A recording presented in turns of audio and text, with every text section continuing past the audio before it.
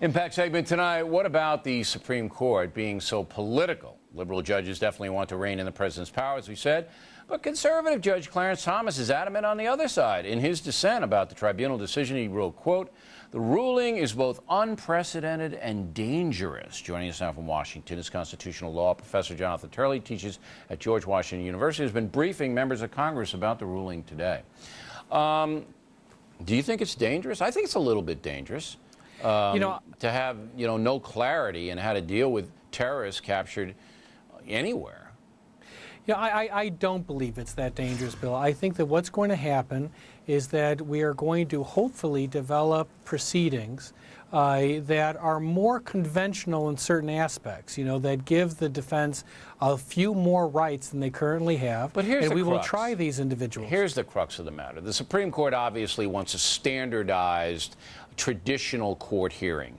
And everybody has told the Supreme Court, everybody, you can't bring in captured al-Qaeda who fingered these guys because their families will be killed. You can't declassify information on ongoing investigations, of which all terror investigations are ongoing, trying to catch Osama and all that. So you're taking away the witness, right to efface your accuser, and you're taking away primary evidence that, if made public, would blow other investigations. So come on, Professor. You're making it almost impossible for the United States government to bring these people to justice. Well, I wouldn't make that assumption. There is a lot of evidence that can be introduced. Refute it. But the point is that we have an obligation to prove that someone is guilty, that we have that obligation under international law, under domestic law. And if we can't, then we return them to their countries. We can, but it harms the country in the process.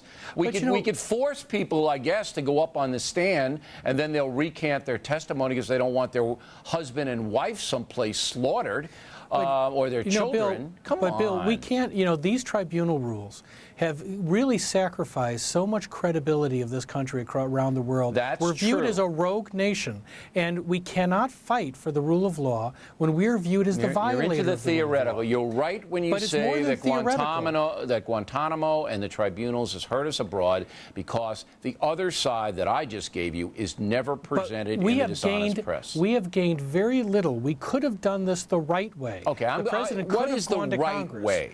Well, first of all, this president doesn't have the right to create the law as well as enforce it. But tell me what the right way is to try people who are trying to blow up babies and kill Americans. What's the right way? They're accused of that. But remember, Bill, we made a lot of mistakes at Guantanamo Bay. A lot of those people were not. Well, we released a lot of people back to their own countries, where most of them are incarcerated. But that's the point of the rule of law, is that nobody makes that decision. It's the court that makes the decision. Congress can allow for the trial of these individuals. We have laws to protect classified information. The defendant does not have to see it. The defense counsel has to see it. I've been in national security cases where my own clients cannot see it. You're telling me that the defense counsel isn't going to leak stuff out to the press? Come on. That has been the case in countless defense cases. That's the federal law. The federal law allows defense attorneys to see information, but they cannot show it to the defendants. So you really object to our military? Do that all the time. Really, as an American, forget the pinhead legal stuff. Do you really object to our military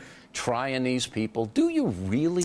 No, I'm not necessarily objecting to a military trial, but I do object to the tribunal rules written by this administration. They are laughable. Right. Conservatives like Bill Safire and others have denounced them. What are they going to do? And what are they going to do? It looks, from when I was just on the Hill not long ago, and it looks like they're going to move legislation pretty quickly, and they'll try to come up with a compromise. But the important thing is that it'll be done right. Congress will give the president the authority. We will debate it as a people. It will be part of our law, and we will be committed to the rule of law, not just the name. Okay, Professor, as always, thank you very much. We appreciate it. Thanks, Bill.